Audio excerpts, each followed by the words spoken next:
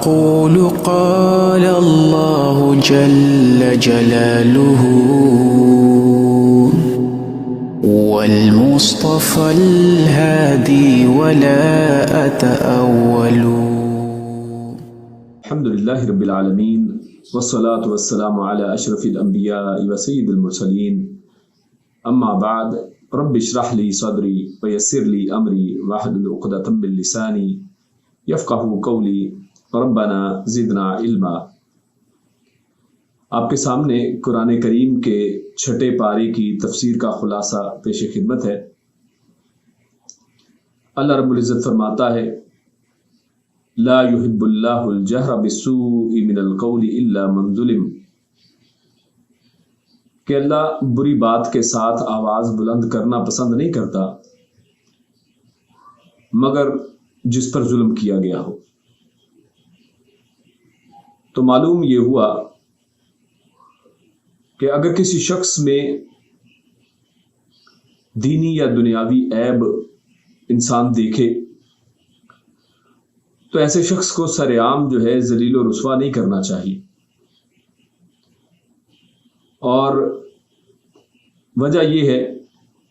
کہ یہ اصل میں اس شخص کی غیبت ہے، اور اللہ رب العزت نے غیبت کو حرام قرار دیا ہے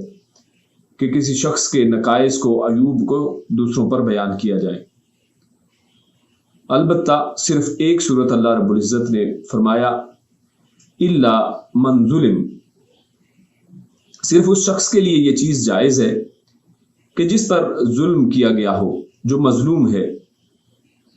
اور اس کو یہ حق حاصل ہے کہ وہ اس زیادتی کے خلاف آواز بلند کرے. اور خصوصاً اس کے اندر یہ بھی چیز زیر غور رہنی چاہیے کہ صرف اس جگہ پر ایسا کیا جائے جہاں پر ظلم کے خلاف آواز بلند کرنے سے یا تو ظلم رک سکتا ہو یا پھر اس کا کسی نہ کسی طرح سے مداوع ہو سکتا ہو، یا تیسری چیز کہ دوسرے اس سے بچ جائیں. یعنی مقصد یہ ہو کہ اگر اس ظلم کو بتایا جائے، ظاہر کیا جائے تو دوسرے اس سے بچ جائیں گے، یا پھر یہ کہ اس مظلوم کا دل اس سے ہلکا ہو جائے. تو ان صورتوں میں مظلوم کے لیے جائز ہے کہ وہ ظالم کے ظلم کو بیان کرے. اور اس حوالے سے ہمارے سامنے نبی اکرم صلی اللہ علیہ وسلم کے زمانے کا ایک واقعہ بھی ہے جو احادیث کی کتابوں میں روایت کیا گیا ہے کہ ایک شخص نبی اکرم صلی اللہ علیہ وسلم کے سامنے آتا ہے، ان کے پاس آتا ہے، اور وہ مظلوم ہے اور اپنے مالک مکان کی طرف سے اس پر کیے جانے والے ظلم کا وہ اللہ کے نبی صلی اللہ علیہ وسلم کو بیان کرتا ہے. تو اللہ کے نبی کہتے ہیں کہ تم اپنے گھر کا سارا سامان نکال کر باہر سڑک پر رکھ دو. وہ ویسا ہی کرتا ہے.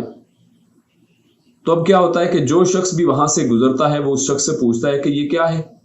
یا آپ نے اپنے گھر کا سارا سامان باہر کیوں لا کر رکھ دیا ہے؟ تو وہ سارا ماجرا اس کے بارے میں بتاتا ہے کہ اس طرح سے میرا مالک مکان مجھ پر یہ ظلم کرتا ہے. تو سب لوگ پھر اس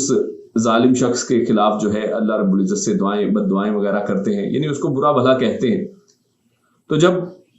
وہ جو ظالم مالک مکان اس کو یہ اس بات کا علم ہوتا ہے، جب وہ دیکھتا ہے اپنی جگ ہسائی، اپنی رسوائی، تو پھر وہ اس مظلوم شخص کو کہتا ہے کہ میرے بھائی تو اپنا سامان یہ سارا اٹھا اور واپس اپنے گھر میں جا، اور آئندہ میں تمہارے ساتھ ایسا ظلم جو ہے وہ نہیں کروں گا. تو اگر اس طرح سے ممکن ہو تو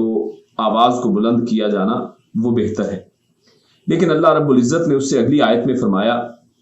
ان تبدوا خیرا او تخفوه او تعفوا عن سوء فإن اللہ کان عفوا قدیرا، کہ اللہ رب العزت نے فرمایا کہ ٹھیک ہے، یہ تو جائز ہے کہ ایک مظلوم جو ہے وہ ظالم کے بارے میں اس کے ظلم کی بات کو دوسروں تک پہنچا سکتا ہے، یہ اس کے لیے جائز ہے. لیکن آخر میں جو فرمایا ان اللہ فإن اللہ کان عفوا قدیرا، کہ اللہ رب العزت جو ہے وہ تو بڑا ہی معاف کرنے والا ہے. تو لہٰذا ایک عدل اور حق کی بات کے ساتھ ساتھ اللہ رب العزت یہ فرماتا ہے کہ تمہارے لیے زیادہ بہتر یہ ہے کہ معاف کر دیا جائے، کیونکہ جس طرح اللہ رب العزت معاف کرتا ہے اور اللہ رب العزت بھی انسانوں کی بے شمار کوتاہیوں اور غلطیوں کو معاف کر دیتا ہے، تو اس طرح انسان کو بھی چاہیے کہ چھوٹی موٹی جو چیزیں ہیں ان کو اگنور کرے اور ان کو معاف کر دیا کرے۔ اس کے بعد اللہ رب العزت نے اہل کتاب کے ایک بے جا مطالبے کا تذکرہ فرمایا ہے۔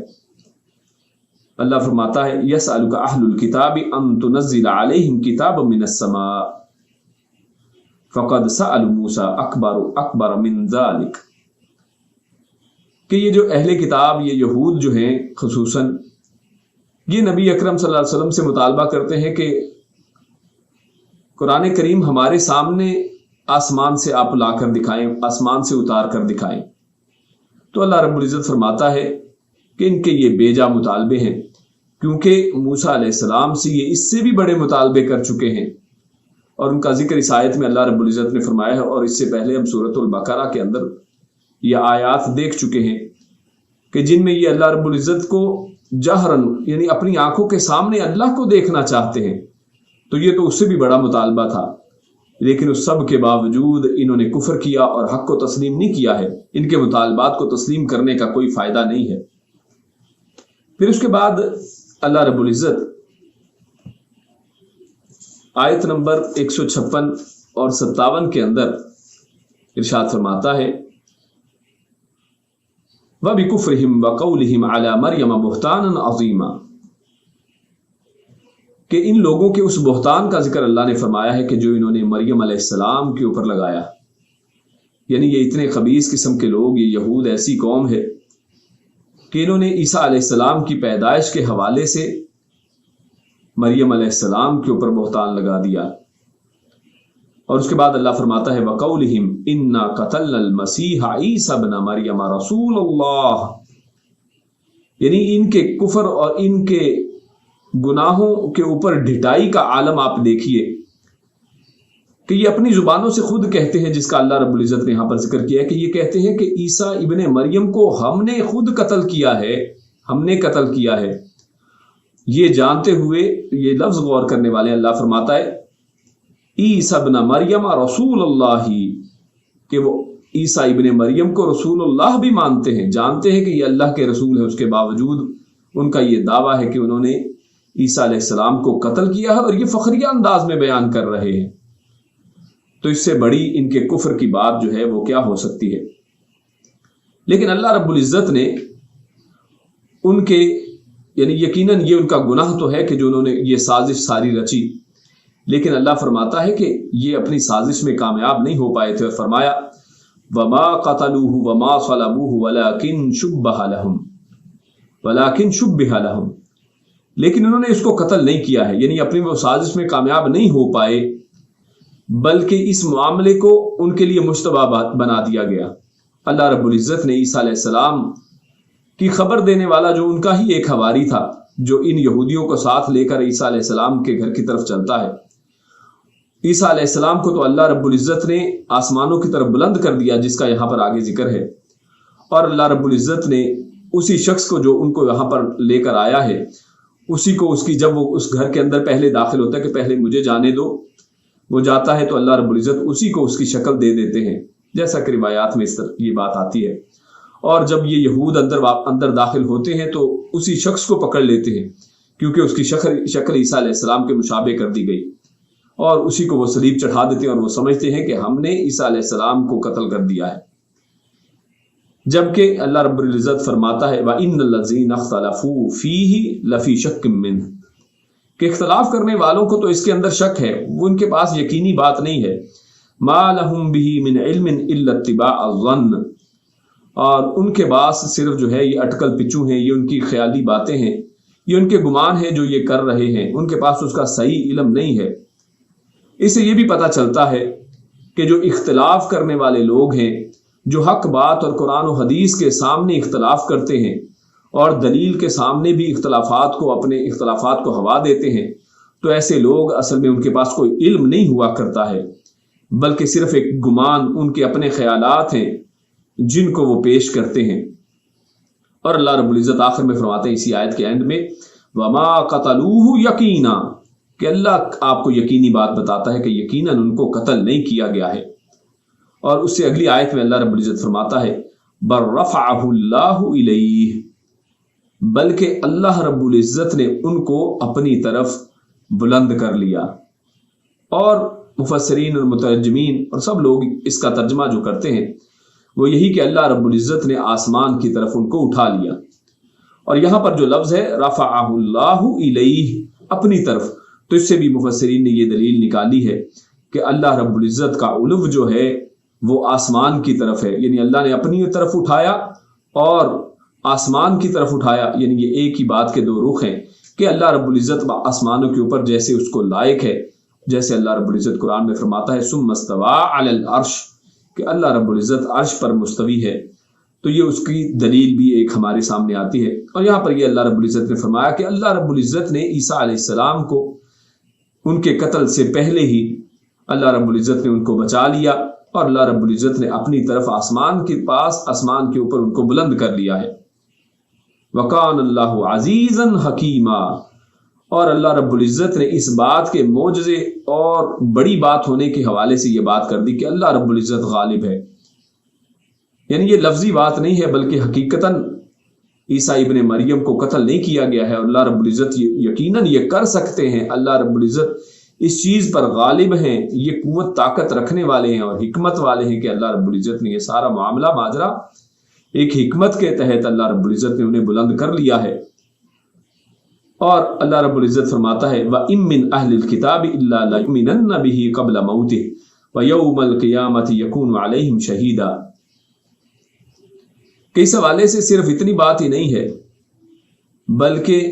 اللہ رب العزت قیامت کے قریب، اور یہاں پر اس کا قیامت کے قریب کا ذکر تو نہیں ہے لیکن اس کا اشارہ اللہ رب العزت نے دے دیا ہے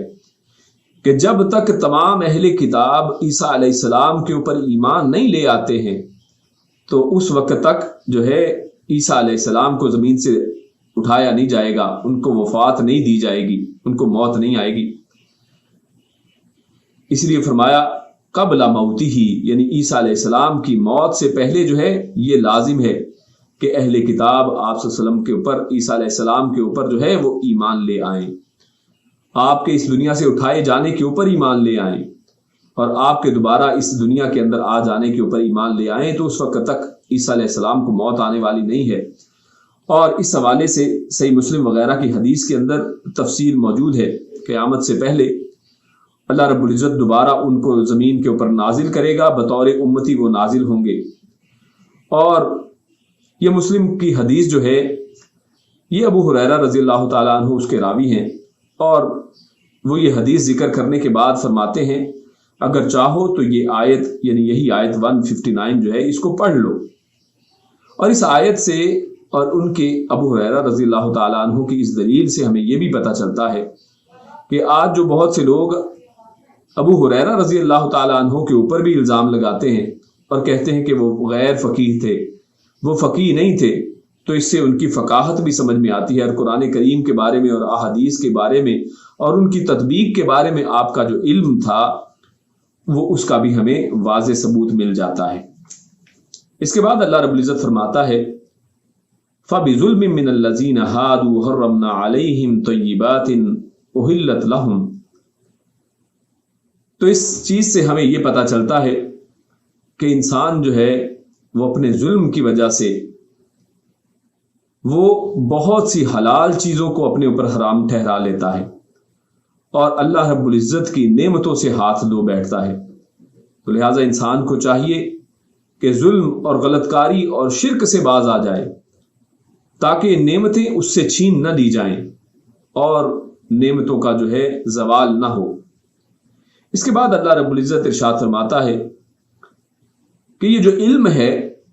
یہ اصل میں صرف ڈگریوں کا نام نہیں ہے۔ اللہ فرماتا ہے لیکن الراسخون فی العلم منہم والمؤمنون یؤمنون بما انزل الیک وما انزل من قبلک والمقیمین الصلاۃ والمؤتون الزکاۃ والمؤمنون باللہ والیوم الآخر اولئک سنؤتیہم اجرا عظیما۔ اور اس آیت سے بھی بڑے ہی بہترین نکات جو ہے ہمارے سامنے آتے ہیں، اور ان میں جو اہم نقطہ ہے وہ یہ ہے کہ علم جو ہے وہ ایمان کا نام ہے۔ علم ان ڈگریوں سے اور پی ایچ ڈی کرنے سے اور سی اے کرنے سے اور بہت بہت بڑی بڑی جو سائنٹسٹ بن جانا، اور یہ اصل میں حقیقی علم نہیں ہے۔ بلکہ اللہ رب العزت نے علم یہاں پر جس کو بیان کیا ہے اس کے اندر دو بڑی بنیادی چیزیں بتا دی ہیں. وہ یہ کہ ایک تو علم جو ہے ایمان ہے اور دوسرا عمل صالح ہے. جس شخص کے پاس ایمان نہیں ہے اور جس شخص کے پاس عمل صالح نہیں ہے تو چاہے دنیاوی علوم میں وہ کتنا ہی آگے بڑھ جائے وہ اصل میں جاہل شخص ہے اور ایسے شخص کو عالم نہیں کہا جا سکتا ہے. اس کے بعد اللہ رب العزت نے کچھ انبیاء کے نام یہاں پر گنوائے ہیں کہ ہم نے ان کی طرف وحی فرمائی ہے، اور اللہ رب العزت پھر ارشاد فرماتا ہے وَرُسُلًا قَدْ قَصَصْنَاهُمْ عَلَيْكَ مِن قَبْلُ وَرُسُلًا لَمْ نَقْصُصْهُمْ عَلَيْكَ کہ اللہ رب العزت نے بعض رسولوں کے نام جو ہیں اور بعض رسولوں کے واقعات، ان کے احوال آپ صلی اللہ علیہ وسلم کو بیان فرما دیے ہیں، اور بعض رسولوں کے بارے میں اللہ رب العزت نے کوئی خبر جو ہے کوئی قصہ بیان نہیں فرمایا ہے. تو ہم قرآن کریم کا اگر مطالعہ کریں تو ہمیں پتہ چلتا ہے کہ قرآن کریم کے اندر اللہ رب العزت نے 24-25 پیغمبروں کا تذکرہ نام لے کر فرمایا ہے، اور باقی دیگر انبیاء کو اللہ رب العزت نے ان کے نام نہیں لیے ہیں، اور اللہ رب العزت نے واضح کر دیا کہ اس کے علاوہ بے شمار انبیاء تو ہیں لیکن ان کے نام ذکر نہیں کیے گئے ہیں. تو اس سے یہ بھی پتہ چلتا ہے کہ اصل نام جو ہے وہ اہمیت کا حامل نہیں ہے بلکہ کام اہمیت کا حامل ہے، کہ نام جو ہے وہ ضروری نہیں ہے کہ نام کو ذکر کیا جائے بلکہ کام اصل چیز ہے. اور دوسرا اس آیت سے ہمیں یہ نقطہ پتہ چلتا ہے کہ اللہ کے نبی صلی اللہ علیہ وسلم کو غیب کا علم نہیں ہے، اسی لیے تو اللہ رب العزت نے فرمایا کہ کچھ انبیاء کے نام اور کچھ انبیاء کے قصص جو ہیں وہ ہم نے آپ کے سامنے بیان کر دیے ہیں، اور کچھ کے واقعات، کچھ کی باتیں ہم نے آپ کو بیان نہیں کی ہیں. اور اسی طرح سے اللہ رب العزت نے اسی آیت کے اندر فرمایا وَكَلَّمَ اللَّهُ مُوسَىٰ تَكْلِيمًا کہ اللہ رب العزت نے موسیٰ علیہ السلام کے ساتھ کلام کیا ہے جیسے کہ کلام کیا جاتا ہے. تو اس سے یہ بھی پتہ چلتا ہے کہ اللہ رب العزت کا کلام جو ہے وہ ثابت ہے کہ اللہ رب العزت کلام کرتا ہے، اور یہ قرآن بھی اللہ رب العزت کا کلام ہے. اور اس میں اصل میں بہت سے جو باطل فرقے ہیں جیسے معتزلہ وغیرہ کہ جو اللہ رب العزت کے اس کلام کو، اس کتاب کو کلام نہیں مانتے ہیں اور وہ اس کتاب کو اللہ کی مخلوق مانتے ہیں، تو ان کا بھی رد جو ہے اس آیت سے ہمیں پتہ چلتا ہے. آگے چل کر اللہ رب العزت نے اہل کتاب کو مخاطب کر کے فرمایا ہے یا اہل الکتاب لا تغلوا فی دینکم. تو اس سے یہ ہمیں پتہ چلا کہ دین کے معاملے کے اندر غلو نہیں کرنا چاہیے اور کسی بات کو بڑھا چڑھا کر بیان نہیں کرنا چاہیے، جیسا کہ ان اہل کتاب نے بھی کیا اور آج امت مسلمہ کے اندر بھی یہ کیا جاتا ہے کہ اہل کتاب عیسائیوں اور یہودیوں نے کیا کیا کہ نبیوں کو بڑھا کر اللہ بنا دیا، خدا کا مقام دے دیا، اور اسی طرح اولیاء کو آج لوگ جو ہیں وہ انبیاء کا مقام دے دیتے ہیں کہ اپنے کلموں کے اندر جو ہے وہ اللہ کے نبی کی جگہ پر اپنے اولیاء کے نام لکھ دیتے ہیں اور ان کو ذکر کرتے ہیں، اور اسی طرح اپنے ائمہ کو وہ مقام و مرتبہ دے دیتے ہیں جو انبیاء کا مقام و مرتبہ ہے، کہ جس طرح انبیاء کی بات حرف آخر اور کسی غلطی کوتاہی سے پاک ہے، اپنے اولیاء کو اور اسی طرح اپنے ائمہ کو اور اپنے علماء کو یہی مقام عطا کر دیتے ہیں، یہی مقام دے دیتے ہیں کہ ان کے خلاف کوئی بات جو ہے وہ برداشت نہیں کرتے ہیں، جبکہ نبی اکرم صلی اللہ علیہ وسلم کی حدیث کا رد ہو رہا ہوتا ہے، اللہ کے کلام اور اللہ کی بات کا رد ہو رہا ہوتا ہے، اس کو تو برداشت کر لیتے ہیں لیکن اپنے جو ہے اپنے ائمہ کا رد جو ہے وہ برداشت نہیں کرتے ہیں. تو اس کے بعد اللہ رب العزت ارشاد فرماتے ہیں لَن يَسْتَنْكِفَ الْمَسِيحُ أَن يَكُونَ عَبْدًا لِلَّهِ وَلَا الْمَلَائِكَةِ. تو یہاں پر ایک بڑی ہی بہترین بات اللہ رب العزت ارشاد فرماتا ہے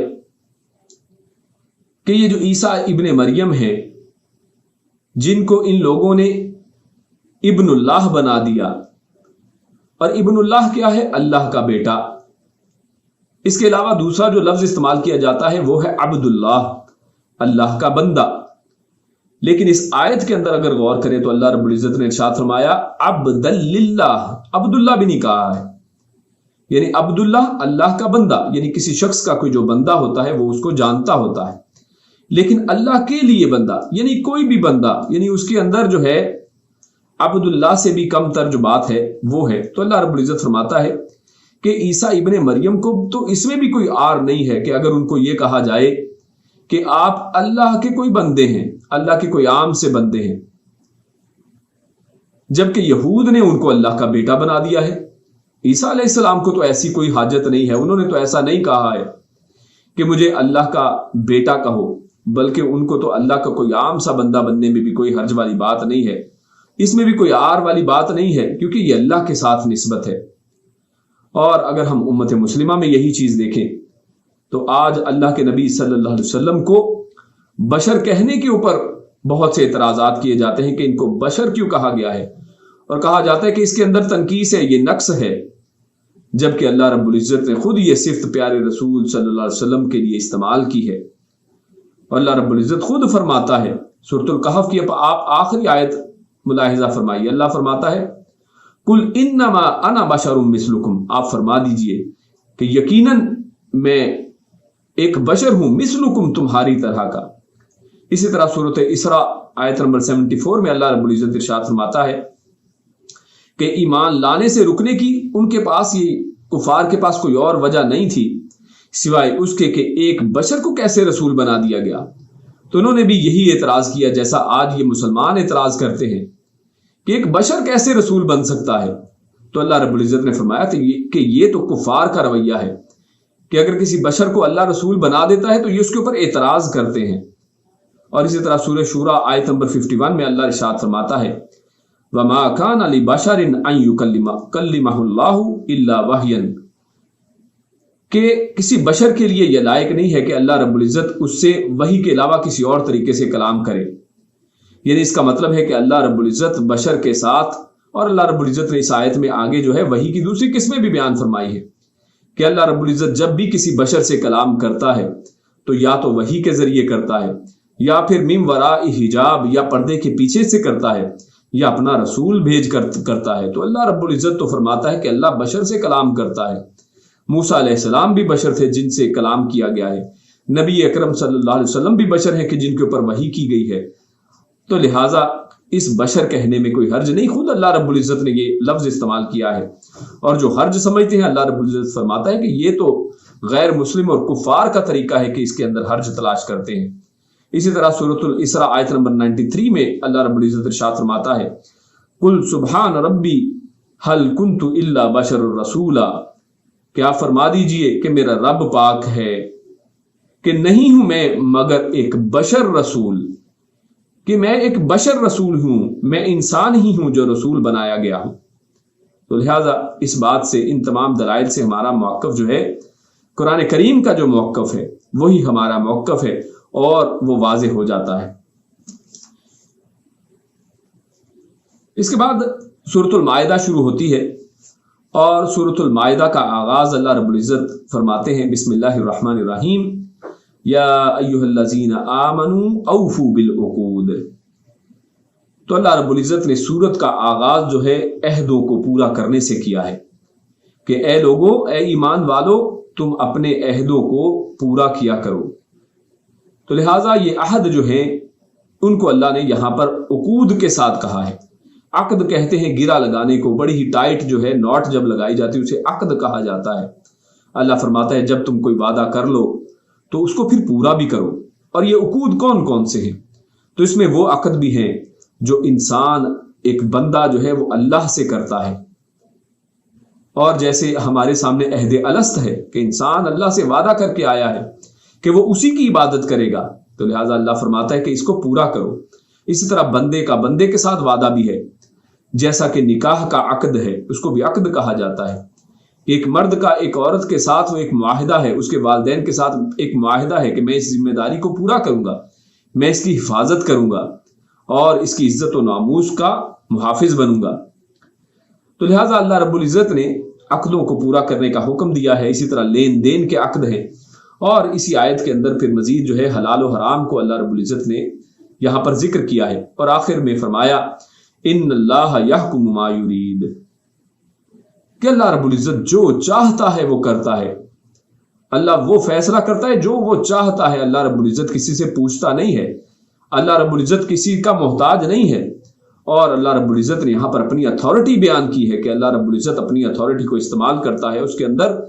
کسی کو دخل اندازی کی اجازت نہیں ہے۔ اللہ جو چاہے وہ کرتا ہے، جس کو چاہے حرام ٹھہرائے، جس کو چاہے اللہ رب العزت حلال ٹھہرائے۔ اس کے بعد آگے چل کر ہمارے سامنے حرام چیزوں کا بیان آتا ہے۔ اللہ فرماتا ہے کہ حرام چیزوں کی ایک فہرست اللہ رب العزت گنواتے ہیں اور فرماتا ہے وما اہل لغیر اللہ بہ، کہ ان حرام چیزوں کے اندر سے وہ بھی چیز حرام ہے کہ جس کو لغیر اللہ، جس کو غیر اللہ کے لیے کیا جائے، جس کو غیر اللہ کے لیے چھوڑ دیا جائے، حلال کر دیا جائے، اس کے لیے ذبح کیا جائے، اس کے لیے منسوب کر دیا جائے، جس کا آگے منسوب کا ذکر آگے بھی اللہ رب العزت نے فرمایا وما ذبح علی النصب، اور جس کو کسی نصب کے اوپر، نشان کے اوپر ذبح کر دیا جائے، تو یہ بھی اللہ رب العزت نے حرام قرار دیے ہیں۔ اور آج ہم دیکھیں تو غیر اللہ کے نام پر کس طرح سے ذبح کیا جاتا ہے، اور بعض لوگوں کو دھوکہ دیا جاتا ہے کہ جناب دیکھیے ہم اس کے اوپر اللہ کا نام پڑھتے ہیں، بسم اللہ اللہ اکبر، جبکہ اللہ رب العزت نے یہاں پر بغیر اللہ نہیں کہا ہے کہ اللہ کے علاوہ کسی اور کا نام اس وہاں پر استعمال کیا گیا، بلکہ اللہ فرماتا ہے کہ نام تو وہ بسم اللہ پڑھ کے ہی کرتے ہیں، ذبح تو بسم اللہ پڑھ کے ہی کرتے ہیں، لیکن اس کو جو ذبح ہے کسی اللہ کے علاوہ کسی اور کے لیے کرتے ہیں۔ کبھی جو ہے ذبح کیا جا رہا ہے فلاں درگاہ کے نام پر، فلاں بزرگ کے نام کے اوپر، کبھی دودھ کی جو دیگیں اور دودھ کی جو ہے وہ بالٹیاں چڑھائی جا رہی ہیں وہ غوث اعظم کے نام کے اوپر، جو اللہ کے ایک بندے تھے ان کے نام کے اوپر اس کو کیا جا رہا ہے۔ تو اللہ کے علاوہ کسی اور کے نام کی جو ہے نظر و نیاز اللہ رب العزت نے حرام قرار دے دی ہے، اور فرمایا وما ذبح علی النصب، اور جو نصب کے اوپر ذبح کیا جائے، یعنی اس کی جگہ جو ہے وہ ایسی ہو کہ جہاں پر نشان لگا ہو، جیسے کوئی قبر ہے، قبر کے اوپر ذبح کرنا اللہ رب العزت نے اس کو حرام قرار دے دیا۔ بزرگوں کی درگاہوں کے اوپر ذبح کرنا اس کو اللہ رب العزت نے حرام قرار دیا۔ اور اللہ کے نبی صلی اللہ علیہ وسلم کے پاس ایک صحابی آتے ہیں، وہ اللہ کے نبی سے پوچھتے ہیں کہ میں نے نظر مانی تھی کہ میں ایک اونٹ کو ذبح کروں گا بوانا کے مقام کے اوپر، تو کیا میں اس کو ذبح کر دوں؟ دور جاہلیت میں ایسا یہ میں نے نظر مانی تھی۔ تو اللہ کے نبی فرماتے ہیں کہ کیا وہاں پر کوئی عرس میلہ، کوئی عید تو نہیں ہوتی ہے کہ لوگ بار بار سال کے سال اس کو منایا کریں، یا وہاں پر کوئی بت تو نہیں ہے، وہاں پر کوئی شرک تو نہیں ہوتا ہے؟ اور جب وہ یقین دہانی کراتا ہے کہ وہاں پر ایسا کوئی کام نہیں ہوتا ہے، تو اللہ کے نبی فرماتے ہیں کہ ٹھیک ہے، تم اپنی نظر کو پورا کر لو، تم وہاں پر ذبح کر لو۔ تو لہٰذا ایسی جگہوں پر ذبح کرنا بھی جو ہے وہ بھی حرام اللہ رب العزت نے قرار دیا ہے۔ اور اس کے بعد اللہ رب العزت نے یہی حلال اور حرام کے تذکرے کے دوران اللہ رب العزت نے ارشاد فرمایا ہے کہ جو شکاری جانور ہیں وہ اگر شکار کو پکڑ کر، یعنی آپ نے شکار کیا اور جانور اس شکار کو پکڑ لیتا ہے، اپنے دانتوں میں دبوچ لیتا ہے، تو وہ بھی آپ کے لیے حلال ہے، اور حتیٰ کہ وہ دبوچا ہوا جانور جو ہے اس سے مر بھی جائے تو پھر بھی وہ حلال ہے، الا یہ کہ وہ اس کو کھانا شروع کر دے۔ اگر اس نے اس کو کھانا شروع کر دیا تو اور بات ہے، ورنہ جب تک اس کو پکڑ کے رکھتا ہے تو وہ حلال ہے۔ اور یہ یہاں پر جو اللہ رب العزت نے سدھائے ہوئے جانور اور ایسے کتے جو ہیں، یا اسی طرح چیتے اور باز وغیرہ، ان کو سدھا لیا جاتا ہے، تو وہ اگر کوئی چیز پکڑ کر لاتے ہیں اور جس کو بسم اللہ پڑھ کر چھوڑا گیا تھا، اور بسم اللہ پڑھ کر وہ گولی چلائی گئی تھی یا تیر چلایا گیا تھا، یا بسم اللہ پڑھ کر اس کو چھوڑا گیا تھا شکار کے اوپر، تو یہ حلال ہے۔ تو اس حوالے سے ہمارے سامنے ایک تو 4 جو ہیں ایسے جانور کے لیے 4 شرائط ہمارے سامنے آتی ہیں۔ ایک تو یہ کہ وہ ٹرینڈ ہو، اس کو سکھایا گیا ہو، اس کو سدھایا گیا ہو، اور اسی طرح وہ مالک کے بھیجنے کے اوپر جائے، یہ نہیں کہ خود ہی جائے اور شکار کر لے، تو ایسا شکار جو ہے وہ حلال نہیں ہے۔ اور اسی طرح جب وہ پکڑے تو اس کو کھائے نہ، خود نہ اس کو کھائے، بلکہ صرف پکڑ کر رکھے، ہاں دبوچنے کے اندر وہ مر جائے تو کوئی حرج نہیں ہے۔ اور اسی طرح بسم اللہ پڑھ کے چھوڑا گیا ہو تو ایسا جانور جو ہے وہ بھی، ایسا شکار وہ بھی حلال ہے۔ اور یہاں پر بعض علماء ہیں، انہوں نے یہاں پر علم کی عظمت کو بھی واضح کیا ہے کہ اگر ہم دیکھیں احادیث کے اندر تو اللہ رب العزت، اللہ کے پیارے رسول صلی اللہ علیہ وسلم نے جو کتے کا جوٹا ہے، یعنی اگر کتا کسی برتن میں منہ مار لے، صرف منہ مار لے، تو اس کی نجاست اتنی سنگین نجاست قرار دی ہے کہ اس کو خالی دھونے سے وہ نجس جو برتن ہے وہ پاک نہیں ہوتا ہے، بلکہ اس کو 7 دفعہ دھویا جائے گا، اور ان میں سے 1 دفعہ مٹی سے اس کو دھویا جائے گا، تو پھر جا کر وہ برتن جو ہے وہ پاک ہوگا۔ لیکن یہاں پر وہی کتا جو ہے، اگر اس کو ٹریننگ مل گئی ہے، اگر اس کو علم حاصل ہو گیا ہے، تو اس کے بعد اس کی فضیلت دیکھیے کہ اب وہ اس کو اگر جانور کو پکڑ کر بھی لے آتا ہے، اپنے دانتوں کے ساتھ اس کو دبا بھی لیتا ہے، تو اس کے بعد باوجود وہ جانور جو ہے وہ آپ کے لیے پاک ہے، اور اس کے لیے کوئی ایسی چیز نہیں ہے کہ دھوئیں اور یہ کریں، بلکہ وہ حلال جانور اس کو قرار دیا گیا ہے، ایسا شکار وہ حلال ہے۔ تو یہاں پر پتہ چلتا ہے کہ اگر علم جو ہے اس کتے کو بھی حاصل ہو گیا ہے تو وہ کتا عام دوسرے دیگر کتوں جیسا نہیں ہے کہ اب اس کے پاس علم ہے، اب اس کے منہ کا پکڑا ہوا جانور جو ہے وہ حلال ہے۔ ہاں، اس کے علاوہ احکامات ہماری شریعت میں ملتے ہیں کہ کتے کو جو ہے اس کا جو ہے خرید و فروخت وہ جائز نہیں ہے، کہ جیسے لوگوں نے آج جو ہے اپنی زینت کے لیے اور صرف ایک شوق کی خاطر، ہابیز کی خاطر کتے پال رکھے ہیں۔ اس طرح اللہ کے نبی صلی اللہ علیہ وسلم نے گھروں کے اندر کتوں کو رکھنے سے منع فرمایا ہے کہ جس گھر کے اندر کتا ہے اور تصویر ہے اس گھر میں فرشتے داخل نہیں ہوتے ہیں، تو لہٰذا ان چیزوں سے بھی ہمیں بچنا چاہیے۔ اس کے بعد جہاں پر اللہ رب العزت حلال و حرام کا تذکرہ فرما رہے تھے، انہی آیات کے اندر پھر آگے حلال جو بیویاں ہیں ان کا بھی، محسنات کا تذکرہ بھی اللہ رب العزت نے فرمایا ہے۔ اور یہ جو جسمانی چیزیں ہیں، یعنی کھانے کے ساتھ، جن کا جسم کے ساتھ تعلق ہے یا پھر کھانے کے ساتھ تعلق ہے، تو اس کے بعد اللہ رب العزت نے روحانی پاکیزگی کی طرف بھی بات کی ہے، اور اللہ رب العزت ارشاد فرماتے ہیں یا ایھا الذین آمنوا اذا قمتم الی الصلاۃ فاغسلوا وجوہکم وایدیکم الی المرافق۔ تو اللہ رب العزت نے یہاں پر اس پوری آیت کے اندر، آگے بھی آیت چلتی ہے، اللہ رب العزت نے روحانیت اور روحانی طور پر پاکیزگی کا حکم دیا ہے، یعنی یہ اس کے اندر جسمانی پاکیزگی بھی ہے اور روحانی بھی ہے، اور وہ یہ کہ انسان جب نماز کے لیے آئے، اور نماز انسان کی روحانی پاکیزگی کا ذریعہ ہے، اور اسی طرح وضو جب انسان کرتا ہے تو اس کے اندر انسان کی جسمانی پاکیزگی بھی ہے اور انسان کی روحانی پاکیزگی بھی ہے، جیسا کہ احادیث کے اندر ہمارے سامنے یہ چیز واضح ہوتی ہے کہ جب انسان وضو کرتا ہے تو اس کے گناہ جو ہیں وہ دھل دھل کر وہ قطروں کی شکل میں وہ نیچے گر جاتے ہیں۔ اس کے بعد اللہ رب العزت نے آیت نمبر 12 کے اندر ارشاد فرمایا وقال اللہ انی معکم لئن اقمتم الصلاة وآتیتم الزکاة وآمنتم برسلی وعزرتموه وأقرضتم اللہ قرضا حسنا لأکفرن عنکم سیئاتکم وَلَأُدْخِلَنَّكُمْ جَنَّاتٍ تَجْرِي مِن تَحْتِهَا الْأَنْهَارُ۔ تو یہاں پر اللہ رب العزت نے فرمایا کہ میں تمہارے ساتھ ہوں، میری معیت، میری نصرت، میری مدد تمہارے شامل حال رہے گی، لیکن اس کے ساتھ شرائط بیان فرما دی کہ اللہ کی مدد کن کے ساتھ ہوا کرتی ہے۔ فرمایا کہ اگر تم نماز ادا کرو،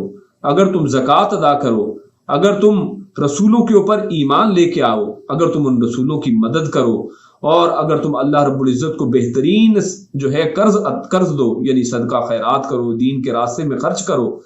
تو اللہ رب العزت فرماتے ہیں ایک سب سے پہلی نعمت تو پہلے ہی فرما دی، تو پھر اللہ رب العزت تمہارے ساتھ ہوگا۔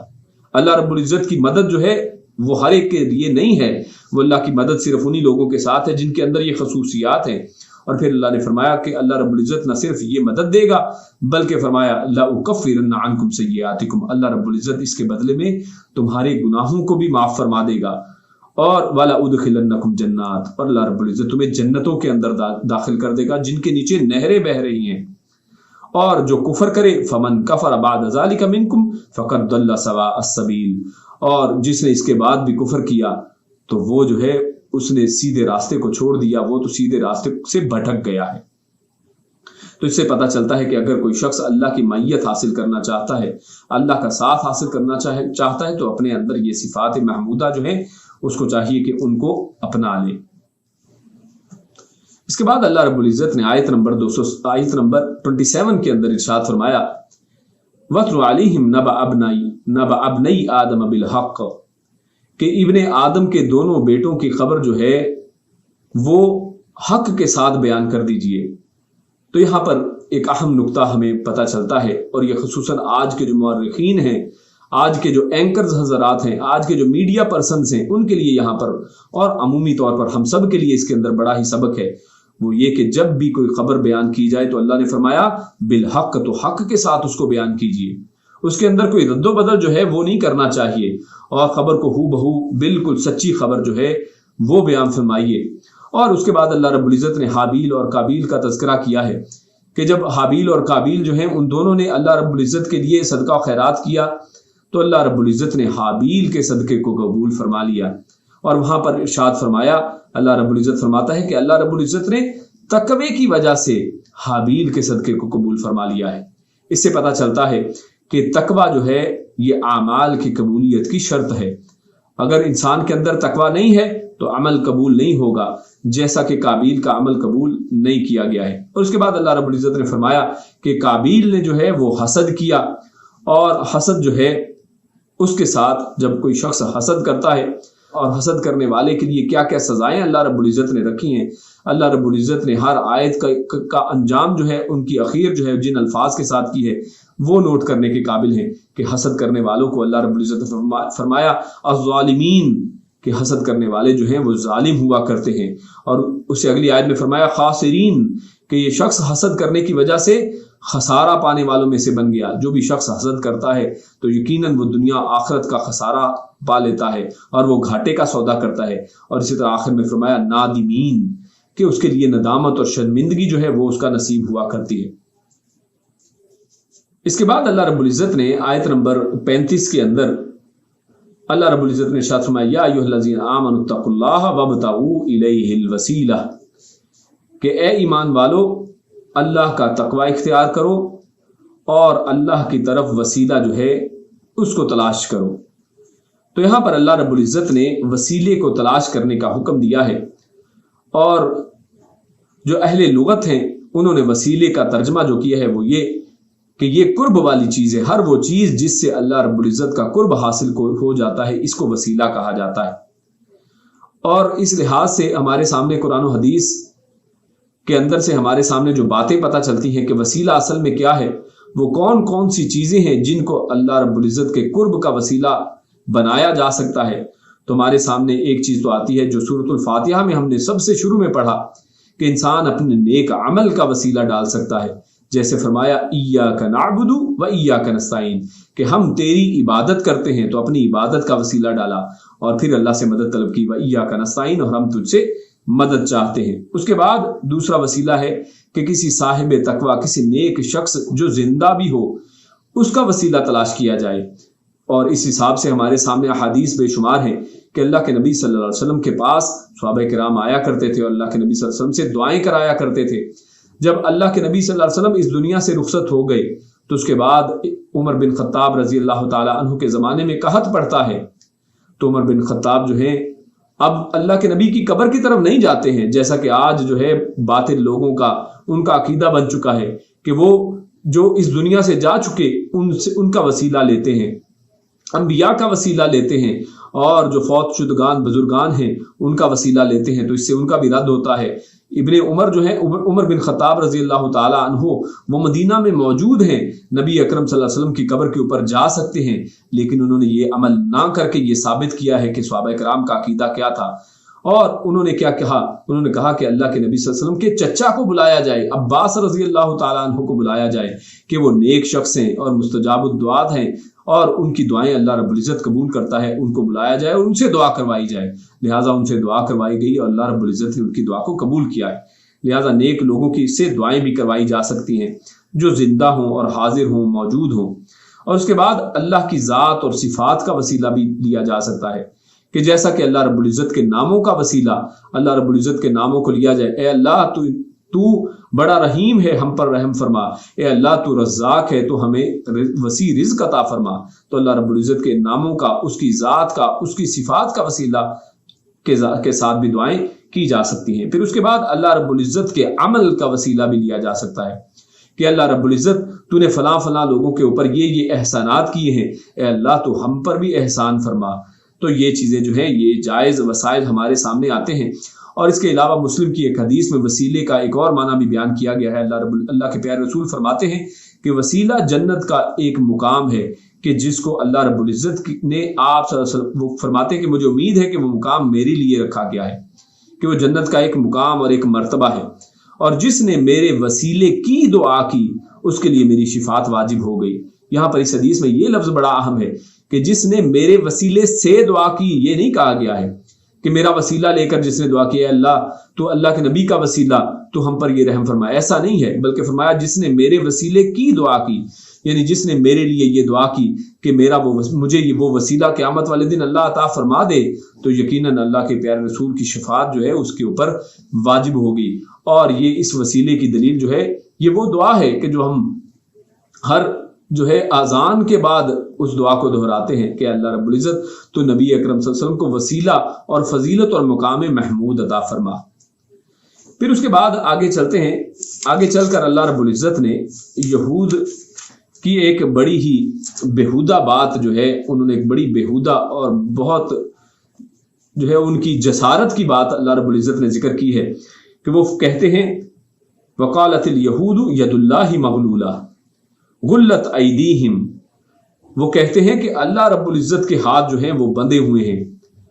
اور اللہ رب العزت جو ہے وہ بخیل ہے، نعوذ باللہ۔ یعنی اللہ رب العزت کے بارے میں بھی ایسی باتیں کرنے سے یہود جو ہیں وہ نہیں ڈرتے ہیں اور وہ کہتے ہیں کہ اللہ رب العزت کے ہاتھ بندھے ہوئے ہیں، جبکہ اللہ رب العزت نے فرمایا کہ اللہ رب العزت کے ہاتھ نہیں بندھے ہوئے ہیں۔ اللہ نے ان کے لیے یعنی کیونکہ انہوں نے اللہ رب العزت کو بخیل کہا ہے تو اللہ رب العزت نے یہ بخل جو ہے انہی کے اندر رکھ دیا ہے۔ آج آپ یہود کا حال دیکھیں تو یہود جو ہے جتنی بخیل قوم یہ یہود کی قوم ہے، آپ کو کوئی اور قوم جو ہے اس دنیا کے اندر نہیں ملے گی۔ مثال کے طور پہ کسی یہودی کی دکان کے اوپر کوئی شخص سامان لینے جاتا تو یہ لوگ کیا کہتے ہیں کہ اچھا کوئی بات نہیں ہے، سامان لے جاؤ، پیسے دینے کی ضرورت نہیں ہے، میں لکھ لیتا ہوں، اور پھر اس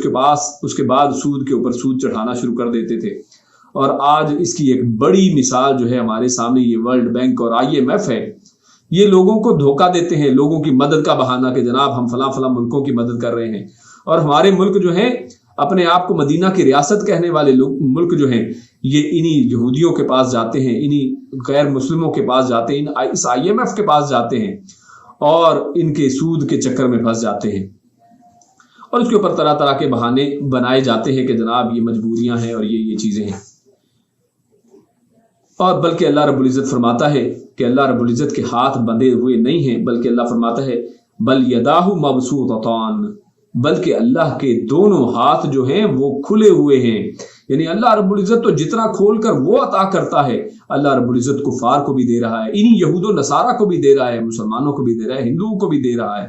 تو اللہ کے ہاتھ تو کھلے ہوئے ہیں، اللہ کے ہاتھ بندے نہیں ہیں۔ اور دوسرا یہاں پر عقیدے کا بھی مسئلہ آتا ہے کہ اللہ رب العزت کی صفات کے اوپر عقیدہ، یعنی جسے توحید اسماء و صفات کہا جاتا ہے کہ اللہ رب العزت کی جو صفات ہیں ان کے اوپر یقین رکھنا۔ اور یہاں پر اللہ نے فرمایا کہ اللہ کے دو ہاتھ ہیں، اللہ کے دونوں ہاتھ کھلے ہوئے ہیں، تو اللہ کے ہاتھ ہیں، یقین ہمیں اس کے اوپر کرنا چاہیے۔ ہاں ان کی کیفیت کے اوپر ہم خاموشی اختیار کرتے ہیں، وہ مجہول ہے، ہمیں اس کی کیف جو ہے وہ معلوم نہیں ہے کہ وہ ہاتھ کیسے ہیں، یعنی اس کی ہم تشبیہ بیان نہیں کرتے، اس کی تعویل نہیں کرتے ہیں کہ وہ کس کس طرح سے ہیں۔ ہاں ہم کہتے ہیں کہ اللہ نے جو بیان فرما دیا ہم اس کے اوپر ایمان لاتے ہیں کہ یقیناً اللہ کے ہاتھ ہیں۔ اس کے بعد اللہ رب العزت نے آگے چل کر آیت نمبر 66 کے اندر ارشاد فرمایا ہے کہ کوئی شخص اگر اللہ کی نازل کی ہوئی کتابوں کے اوپر ایمان لے کر آتا ہے تو اللہ رب العزت اس کے رزق کے مسئلے کو حل کر دیتا ہے۔ اللہ فرماتا ہے وَلَوْ أَنَّهُمْ أَقَامُوا التَّوْرَاةَ وَالْإِنْجِيلَ وَمَا أُنزِلَ إِلَيْهِمْ مِنْ رَبِّهِمْ لَأَكَلُوا مِنْ فَوْقِهِمْ وَمِنْ تَحْتِ أَرْجُلِهِمْ، کہ اگر یہ لوگ یہود جو ہیں یہ تورات اور انجیل اور جو کچھ ان کے اوپر نازل کیا گیا اس کے اوپر ایمان لاتے تو اللہ اوپر اور نیچے سے رزق کی بارش کر دیتا، رزق اوپر نیچے سے کھول دیتا ان کے اوپر۔ تو اس سے یہ بھی ہمیں پتہ چلتا ہے کہ جو شخص آج جو ہم پر نازل کیا گیا ہے یہ قرآن جو ہے، جو شخص اپنا ربط جو ہے قرآن کے ساتھ جوڑ لے تو اللہ رب العزت اس کے رزق کی مشکلات جو ہیں، مسائل جو ہیں وہ حل کرنے والا ہے، اللہ اوپر نیچے سے ان کو رزق دینے والا ہے۔ تو اس کے بعد اللہ رب العزت آیت نمبر 67 میں ارشاد فرماتے ہیں یا ایھا الرسول بلغ ما انزل الیک من ربک وان لم تفعل فما بلغت رسالتہ واللہ یعصمک من الناس۔ تو یہاں پر اللہ رب العزت نے نبی اکرم صلی اللہ علیہ وسلم کو جو آپ کی طرف نازل کیا گیا اس سب کی تبلیغ کرنے کا حکم دیا ہے، اور اس کے اندر صرف قرآن داخل نہیں بلکہ جو بھی نازل کیا گیا یعنی قرآن اور حدیث، اور اسی لیے ہم جانتے ہیں کہ اللہ کے نبی صلی اللہ علیہ وسلم نے قرآن کریم بھی ہم تک ایز اٹ از پہنچایا ہے، اور اس کے علاوہ احادیث جو اس قرآن ہی کی تفسیر ہیں، اسی کی تشریح ہیں، اللہ کے نبی نے اس حق کو ادا کیا ہے۔ اور پھر ساتھ اللہ رب العزت نے فرما دیا کہ جو بھی شخص جو ہے اس تبلیغ یعنی دعوت دین کا کام کرتا ہے تو اللہ رب العزت اس کو ایک چیز کے گارنٹی دے دیتے ہیں کہ اللہ رب العزت لوگوں سے پھر اس کی حفاظت فرما لیتے ہیں۔ یعنی اگر انسان اس دعوت و تبلیغ قرآن و سنت کی دعوت کا فریضہ انجام دینا شروع کر دے، جو اس کا بیڑا اٹھا لے تو اللہ کی مدد و نصرت جو ہے اس شخص کے ساتھ ہوا کرتی ہے۔ اور اس کے بعد اللہ رب العزت ارشاد فرماتا ہے وَلَا يَزِيدَنَّ كَثِيرًا مِّنْهُم مَّا أُنزِلَ إِلَيْكَ مِن رَّبِّكَ طُغْيَانًا وَكُفْرًا. اور یہ بہت بڑی بات یہاں پر کی گئی ہے. اللہ رب العزت ارشاد فرماتا ہے کہ یہ قرآن کریم یہ ایسی کتاب کہ جب نازل ہوتی ہے تو دلوں کے اوپر اثر کرنے والی ہے. لوگ اس کو پڑھ کر اثر لیتے ہیں, لوگ ایمان قبول کرتے ہیں, لیکن یہ یہود و نصارہ کی حالت اور خصوصاً یہود کی حالت یہاں پر بیان کی گئی ہے کہ یہ یہودی اتنی خبیث قوم ہے, اتنی بے توفیق قوم یہ ہے کہ جیسے جیسے قرآن کریم نازل ہوتا چلا گیا ان کے اندر سے توفیق جو ہے اتنی اٹھتی چلی گئی, اور یہ لوگ جو ہے اتنا ہی اس قرآن کا رد کرتے چلے گئے, اور قرآن کے اوپر جو ہے طرح طرح کے جو ہے یہ انگلیاں اٹھانا شروع کر دی. تو لہٰذا یہودیوں کی بے توفیقی کا عالم اللہ رب العزت نے اس آیت کے اندر بیان فرمایا ہے کہ کس طرح سے جب انسان جو ہے حق کو تسلیم نہیں کرتا ہے تو کس طرح بے توفیق ہو جاتا ہے. ابن عباس رحمہ اللہ جو سعودی عرب کے مفتی اعظم بھی رہے, جب انہوں نے یہ آیت تلاوت کی تو وہ کہتے ہیں کہ میں توبہ کرتا ہوں ایسی بے توفیقی سے, اور ہم سب بھی اس کے اوپر توبہ کرتے ہیں کہ اللہ رب العزت ہم سب کو ایسی بے توفیقی سے باز رکھے. اور وہ کہتے ہیں کہ اور دعا کرتا ہوں کہ اللہ ایسی بے توفیقی کو کسی سے ہر مسلمان کو محفوظ کرے, ایسی بے توفیقی کسی مسلمان کو نہ دے. آمین یا رب العالمین. اس کے بعد اللہ رب العزت نے یہودیوں نے اور عیسائیوں نے خصوصاً جو حضرت عیسیٰ علیہ السلام اور مریم علیہ السلام کے اوپر الزام لگایا اور ان کو اللہ رب العزت اور خدا کہہ دیا اور ان کو رب بنا ڈالا, تو اللہ رب العزت اس حوالے سے ایک ہی بڑی بہترین ایک جملے کی دلیل دیتے ہیں کہ اللہ فرماتا ہے کانا یاکلان الطعام, کہ یہ دونوں کھانا کھاتے تھے. یعنی ان کا رب ہونا اس کی دلیل یہ ہے کہ یہ دونوں کھانا کھاتے تھے. جو شخص جو ہے کھانے کا محتاج ہو تو وہ رب کیسے ہو سکتا ہے؟ جس کو خود حاجت ہو وہ حاجت روا کیسے ہو سکتا ہے؟ جو خود مشکل میں پڑ جائے وہ مشکل کشا کیسے ہو سکتا ہے؟ جو خود جو ہے اللہ رب العزت کا فقیر ہو وہ داتا کیسے ہو سکتا ہے؟ تو اللہ رب العزت نے اس آیت کے اندر واضح طور پر بیان فرما دیا ہے کہ حاجت مند جو ہے وہ کبھی مشکل کشا نہیں ہوا کرتا ہے. اس کے بعد اللہ رب العزت سورۃ المائدہ کی آیت نمبر 78 اور 79 78 اور 79 کے اندر ارشاد فرماتا ہے لُعِنَ الَّذِينَ كَفَرُوا مِن بَنِي إِسْرَائِيلَ عَلَى لِسَانِ دَاوُودَ وَعِيسَى ابْنِ مَرْيَمَ ذَلِكَ بِمَا عَصَوْا وَكَانُوا يَعْتَدُونَ كَانُوا لَا يَتَنَاهَوْنَ عَن مُنكَرٍ فَعَلُوهُ لَبِئْسَ مَا كَانُوا يَفْعَلُونَ. تو اللہ رب العزت نے ان دو آیات کے اندر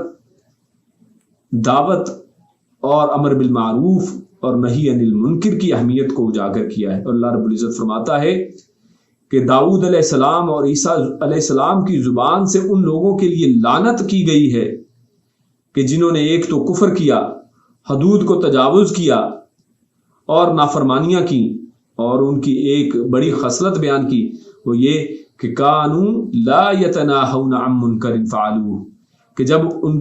جب جس برائی کو وہ کیا کرتے تھے جب کسی اور کو وہ برائی کرتا دیکھتے تو اس سے روکتے نہیں تھے, اور یہ اس نہی عن المنکر کے فریضے کو انجام نہیں دیتے تھے.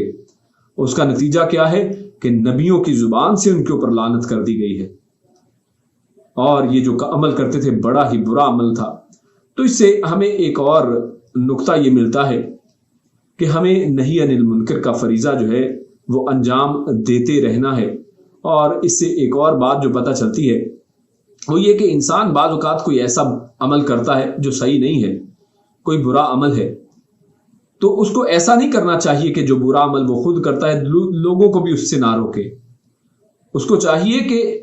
اس برائی سے دوسروں کو ضرور روکے, اور اس کی برکت سے اللہ رب العزت اس کے اندر سے بھی وہ برائی دور کر دیں گے. یعنی ایسا نہیں ہے کہ وہ شخص کہے کہ اچھا میں یہ برا کام کرتا ہوں. ایک تو اس نے یہ برائی کی کہ وہ خود وہ برا کام کرتا ہے, اور دوسرا دوسروں کو جب دیکھا وہی برا کام کرتے ہوئے تو اس کو بھی نہیں روکا. تو یہ تو ڈبل برائی ہو گئی ہے, جس کو اللہ رب العزت نے کہا کہ یہ لبئس ما کانوا یفعلون, یہ جو عمل کر رہے ہیں یہ تو بہت ہی برا ہے. یعنی ایک تو خود برائی کرتے ہیں اور پھر دوسروں کو بھی اس سے روکتے نہیں ہیں. تو لہٰذا ہمیں چاہیے کہ ایک تو خود برائیوں سے بچیں, اور اگر ہم اپنے سامنے کوئی ایسی برائی ہوتے ہوئے دیکھیں جو ہمارے اندر بھی اگر ہے تو اللہ رب العزت سے اس برائی کو چھوڑنے کی توفیق بھی مانگیں, اسے چھوڑنے کی کوشش بھی کریں, اس کو چھوڑ دیں, اور ساتھ ساتھ دوسروں کو بھی اس سے روکیں. یعنی اس ینہون عن المنکر کے فریضے سے وہ دستبردار نہ ہوں کیونکہ اللہ نے بہت بڑی بات کی ہے کہ انبیاء کی اس کے اوپر لعنت ہے جو ایسا عمل کرتا ہے۔ اسی پر اپنی بات کو ختم کرتے ہیں۔ اللہ رب العزت نیک عمل اور اچھی سمجھ کی توفیق عطا فرمائے۔ وآخر دعوانا ان الحمد للہ رب العالمین۔ السلام علیکم ورحمۃ اللہ وبرکاتہ۔